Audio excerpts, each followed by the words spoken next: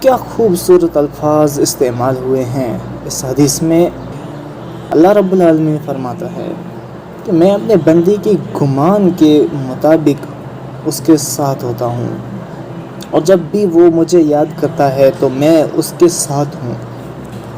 بس وہ مجھے اپنے دل میں یاد کرتا ہے تو میں بھی اسے اپنے دل میں یاد کرتا ہوں، اور جب وہ مجھے مجلس میں یاد کرتا ہے تو میں اس سے بہتر مجلس میں یاد کرتا ہوں، یعنی فرشتوں کی مجلس میں۔ اور اگر وہ مجھ سے ایک بالشت قریب آتا ہے تو میں اس سے ایک ہاتھ قریب ہو جاتا ہوں، اور اگر وہ مجھ سے ایک ہاتھ قریب آتا ہے تو میں اس